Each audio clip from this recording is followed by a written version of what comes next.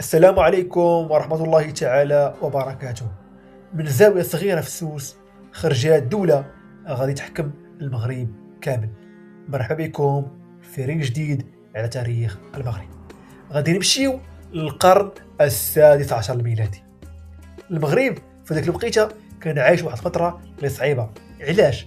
حيت البرتغاليين كانوا مسيطرين على عدة مدن ساحلية، والدولة الوطاسية كانت كتعيش الضعف ولا شيء غير الضعف. وفي هذه الظروف ظهرت واحد الحركة جديدة في جنوب المغرب، وبالضبط وسط قبائل سوس. القادة ديالها كانوا من الأشراف السعديين، والهدف ديالهم واضح: الجهاد ولا شيء غير الجهاد ضد البرتغاليين وتحرير المدن الساحلية. ومع الوقت الحركة غادي تكبر شوية بشوية، حتى غادي يبان فيه واحد القائد اللي قوي بزاف، واللي هو محمد الشيخ السعدي. هذا القائد قدر انه يوحد جزء كبير من المغرب، وفي سنة 1549 غادي يدخل الفاس، وبالتالي سقوط ديال الدولة الوطاسية، وهكا بدات رسميا الدولة السعدية تحكم المغرب. لكن العصر الذهبي الحقيقي ديالها غادي يبان مع واحد السلطان اللي مشهور بزاف، واللي هو احمد المنصور الذهبي، واللي غادي ندويو عليه في القادم ان شاء الله.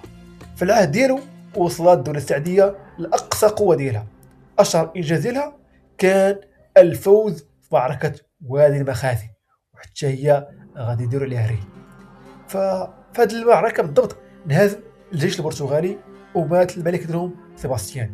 هذا النصر خلى المغرب يولي قوة كبيرة في المنطقة، والمنصور ما وقفش هنا، دار حملة عسكرية كبيرة حتى وصل لتومبوكتو اللي كاينه في مالي حاليا، وسيطر على طرق التجارة ديال الذهب عبر الصحراء.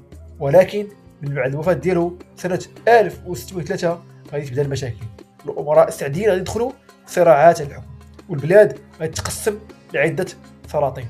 الفوضى كبرات، والدولة ضعفت تدريجيا حتى بانت قوة جديدة واللي هي الدولة العلوية.